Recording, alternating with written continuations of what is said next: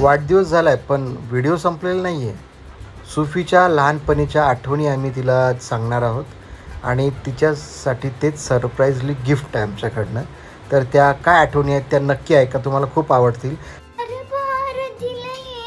कसं झाला तुझा बर्थडे?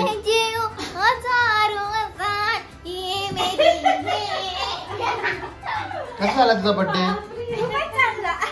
लहानपणीच्या सुफीच्या आठवणी काही आपण तिच्या बर्थडेच्या निमित्त तिला सांगणार आहोत. तर सुरुवात आपण मामीकडून करूया. मामी सांगेल आपल्याला की मामी सगळ्यात चांगल्या पद्धतीने छान पद्धतीने सांगू शकते की सुफी कशी होती. सुफीचं काय सांगायचं, सुफी एवढी धिंगाणी करत गेली, एवढी ऍक्टिव्ह होती. बापरे, खूपच परेशान करत गेली माणसाला. फार धिंगाणी करायची. तिला आवडता एकदम असं परेशान होऊन जात गेली. पप्पाला इकडे पप्पाची काय आठवण आहे का?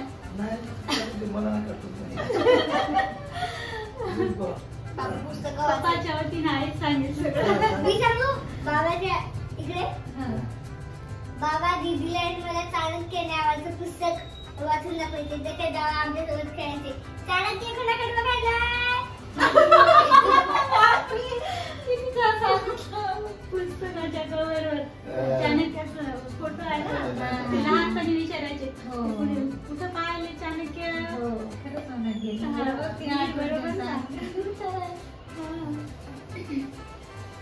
सुमेधा तिची आठवण सांगेल आता आपल्याला. सुमेधाच्या काही खूप आठवणी असतील.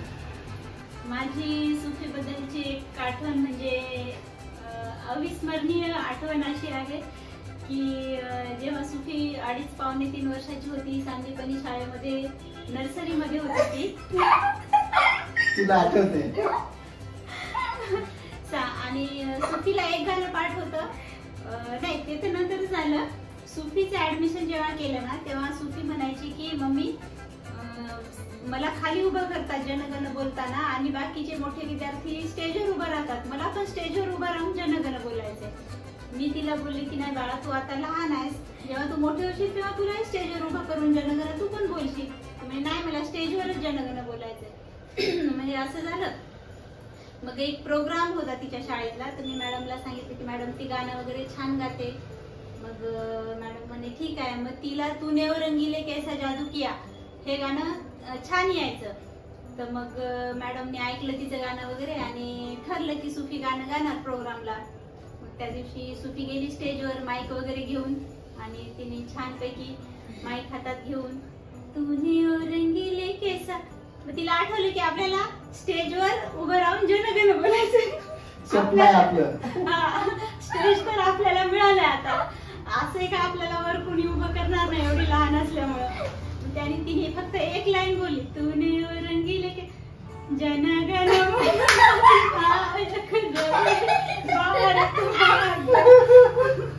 आणि सुफी तेव्हा एवढी लहान होती, तिला बरोबर जनगण बोलता येत नव्हतं. सगळ्यांसाठी ते एवढं अनपेक्षित होतं की मॅडम सगळे परेशान आणि खालचे विद्यार्थी पण तिच्यासोबत सुरू झालं सगळ्यांचं जनगण. शेवटी मग पूर्ण तिनं जसं तिला जमेल तसं ती बोलली आणि शेवटी मग भारत माता की खालून सगळे विद्यार्थी जय. भारत माता की. तिला माता म्हणता येत नव्हतं. तिला भारत माता सुद्धा बोलता येत नव्हतं. ती फक्त 2.5-3 वर्षाची होती, जवळपास 2.5 ते 2.5-3 वर्षाची होती. भारत माता की खालचे विद्यार्थी जय. मग त्याच्यानंतर परत हा किस्सा झाला. मॅडमला कळालं की ही गाणं बदलते ऐन वेळेला, काहीतरी वेगळं बोलते. मग 15 ऑगस्ट आला. मग मी म्हणलं मॅडम ती देशभक्ती गीत गाते छान. मेरा मुल्क मेरा देश, तिला देशभक्तीचं गीत छान येतं. मॅडम म्हणे नाही मॅडम नका म्हणे, ती आता आधीची गोष्ट वेगळी होते म्हणे, शाळेचा प्रोग्राम होता, आता मोठे मोठे गेस्ट येणार आहेत म्हणे, ती देशभक्ती गीत म्हणताना मध्ये दुसरं काहीतरी मिळेल. म्हणलं नाही नाही मॅडम तसं होणार नाही. यावेळेला मी तिच्या बाजूला उभी राहीन, तिला समजून सांगेन. मग अशा पद्धतीने मग तिने छान मेरा मुल्क मेरा देश हे गाणं व्यवस्थित गायलं. आणि अडीच वर्षाची होती, 2.5 ते 2.5-3च्या दरम्यान नर्सरीमध्ये ऍडमिशन जस्ट तिचं झालं होतं. फार म्हणजे तिची ही गोष्ट आठवते. तू काय सांगणार? नाही पहिले पप्पा सांगणार. सुफी मध्ये एक खूप छान ह्युमर आहे. जिद्दी खूप होती सुफी, सर्वांच्या लाडाची लाडकी गल्लीच्या पूर्ण कॉलनीमध्ये सगळ्यांना ती एकदम लाडकी होती. आता आम्ही स्टारगर्ल्स युट्यूब चॅनल जेव्हा चालू केलं होतं ते आम्ही गझलच्या भरोशावर चालू केलं की गझल करेल, पण गझल आमची एवढी मोठी होती, मग ती खूप लहान होती. आता तिला तेवढं प्रेशर, तिला बोलायला पण जमायचं नाही ना की बाबा तू करच म्हणून. आता ती लहान आहे, तिच्या मनाने घ्यावं लागायचं. मग तिचं मन झालं तर तिने शूटिंग करायची, नाही तर मग ती निघून जायची. म्हणायची की मी शूटिंग करेन, मला आज चिप्स पाहिजे नाही तर मी करणार नाही. हे होतं तिचं. आई मला आंबा पाहिजे नाही तर मी शूटिंग नाही करणार. शिरा पाहिजे तिला ऐन वेळेला, तिला कॅडबरी पाहिजे. कॅमेरा जेव्हा लावला, सगळं झालं, सेटअप झालं की मग गझलचा आता डायलॉग, हा गझल बोल डायलॉग, मला भूक लागली. अगं बाळा, आता आपण हे सगळं केलं ना बेटा, नाही आता मी शिरा खाल्ल्याशिवाय काहीच करणार नाही, आई मला शिरा करून दे. मग त्यात अर्धा तास परत जायचा. शिरा केला की मॅडम आरामात खाणार, आम्ही सगळे तिच्याकडे पाहत बसणार की कधी होणार मॅडमचं, कधी होणार. आरामात एकदम. तिला अजिबात घाई नसायची. रात्रीचे 12 वाजलेत काही 11 वाजले, काय तिला काही घेणं देणं नसायचं. ती आपल्या धुंदीत असायची. आणि मग ते चॅनल जिच्या भरोशावर चालू केलं होतं ते चॅनल सुफीने टेक ओव्हर केलं. आणि सुफीने त्यामध्ये एका व्हिडिओमध्ये 2-2, 3-3, 4-4 रोल तिने केलेले आहेत. अशी ही आमची भाऊबडी सुफी गाते. आणखी एक सुफी जिद्दी खूप होती, खूप जिद्दी. म्हणजे ती 2 वर्षाची, 2 म्हणजे 2-2.5 वर्षाची. तिला जेव्हा शर्ट घालता यायचं नाही, मी तिला म्हणायची सुफी मी तुला घालून देते बेटा, शर्ट जर उलटा असेल समजा, ती म्हणायची मी सरळ करणार त्याला. ते शर्ट मध्ये हात टाकून इकडून हात काढ, तिकडून हे कर, परत घालताना पण मीच घालणार. शेवटी ती रडायची, पण नाही ते शर्ट मीच घालणार. तेव्हा तिचा खूप राग पण यायचा. पण ती जिद्द आता तिच्या गाण्यामध्ये, अभ्यासामध्ये. तर आता असं वाटतंय की नाही, चांगल्या गोष्टीसाठी जिद्द असायला पण पाहिजे. तेव्हा लहान होती, तिला कळायचं नाही, आता छान करते. गझल तुझी काय आठवण आहे का दीदी बद्दल? म्हणजे नाही, आम्ही सांगितलं ना, आम्ही बऱ्याच गोष्टी सांगतो पण ना तुम्हाला, तुम्ही असं करायचं, तसं करायचं. एक आठवण आहे माझी. तर जेव्हा मी लहान होते, एकदम लहान, म्हणजे जन्माले होते. तू जन्मली तेव्हाची गोष्ट आहे? बापरे. जेव्हा मी जन्माले होते तेव्हा दीदीला आधी कसा एकदमच लाड, एकदम आई इकडून काय बाळा काय पाहिजे, मम्मी इकडून कॅडबरी पाहिजे, हे पाहिजे, ते पाहिजे, पप्पा इकडून तिला काहीतरी घेऊन यायचे, बाबा तिला मस्त काहीतरी गोष्टी ऐकून दाखवा, काहीतरी तिला कुठेतरी फिरायला घेऊन जा, काहीतरी करा. सगळे आले त्या बाळा दूर हो, बाळ आले, बाळ छोटं बाळ. मग तिथे लाड कमी व्हायचं ना. मग ती बोलली की हे कोण लेकरू आहे, याला जिथं ठेवलं, जिथून आले तिथं ठेवा, त्याला जा. जिथून आले तिथून त्याला परत तिथे नेऊन ठेवा. आणि दुसरी गोष्ट, मी जन्मले होते ना तेव्हा तिच्यामध्ये माझ्याबद्दल तितकं प्रेमही आहे. मी जेव्हा जन्मले होते तेव्हा ती खूपच छोटी होती, म्हणजे 3 वर्षाची होती. तर मी जेव्हा जन्मले होते तेव्हा मी रडत होते. तेव्हा ती बोलली मम्मी बाळाला चिप्स आणून देऊ, बाळ रडायला. आणि तू छोटी होती, तुला कसं समजलं? मम्मीने सांगितलं. मी सांगितलं ना तिला, मी सगळं सांगितलेलं आहे ना की सुफी दीदी कसं काय बोलत होती, तू कशी होती, ती कशी होती, ते तिला माहिती आहे.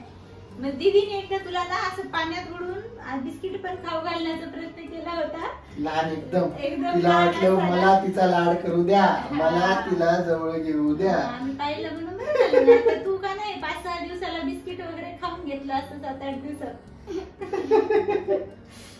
असं आहे. ठीक आहे.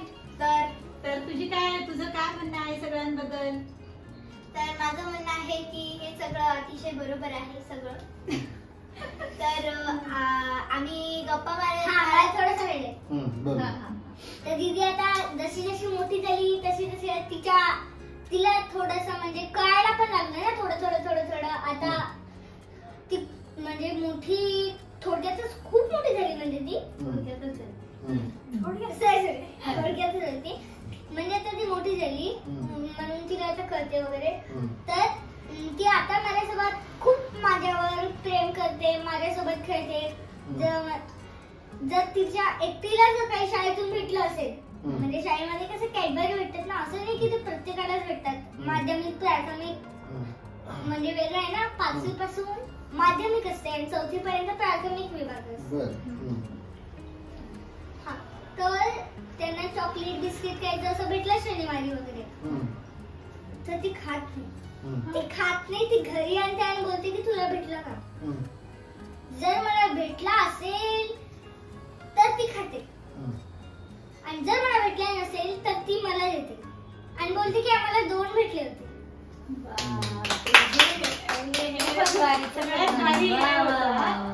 हे सगळ्यात भारी होतं. म्हणजे प्रेम करते का तुझी बहीण तुझ्यावर. लहान होती तेव्हा तिला कळायचं नाही ना. आम्ही तिला म्हणायचो की सुफी बाळ आहे, बाळाजवळ येऊ नको बेटा, बाळाला लागेल, थांब थोडं तू आता. आई बघला होता आई, ते व्हिडिओ बघला होता. त्या छोट्याला एवढं जरी मारलं तरी रडते किती. ऍक्टिंग करते तिची. आय मॉम नांदेडची भाषा आहे ना त्याची. आय मम्मी त्या बाळाला इतकं छोट्याला इतकं तरी मारलं तरी ती रडते. तुला काय माहित तू किती मारतीस मला. तू नाही खाल्ली, तुला काय माहित. आता भाषा येत नाही मला. खूप छान ऍक्टिंग केली. सगळ्यांनी माझ्या लहानपणीच्या आठवणी सांगल्या आणि त्या अत्यंत बरोबर आहेत. हे मला लहानपणीच्या आठवणी ऐकून खूप आनंद झाला आणि अशा प्रकारे आपण या व्हिडिओचा शेवट करत आहोत. तर व्हिडिओ जर आवडला असेल तर लाईक, शेअर, सबस्क्राईब करा आणि कमेंट करायला विसरू नका. धन्यवाद. सुफी 5वी पर्यंत यावर्षी 6वीला आहे ती. 5वीला जाईपर्यंत आम्ही तिचे प्रत्येक वाढदिवस खूप मोठे केले. तिचे मित्र मैत्रीण घरी बोलून, जेवण वगैरे, पाहुणे सगळे बोलून. पण आता आम्ही यावर्षीपासून असं ठरवलं की घरच्या घरीच आपला वाढदिवस करायचा सुफीचा. छान. तर तुम्हाला व्हिडिओ आवडला असेल अशी अपेक्षा करतो आणि तुम्ही पण अशाच पद्धतीने तुमच्या घरात वाढदिवस साजरा करा, एन्जॉय करा. व्हिडिओ आवडला असेल तर लाईक आणि शेअर करा आणि सबस्क्राईब करायला विसरू नका. धन्यवाद. Bye bye.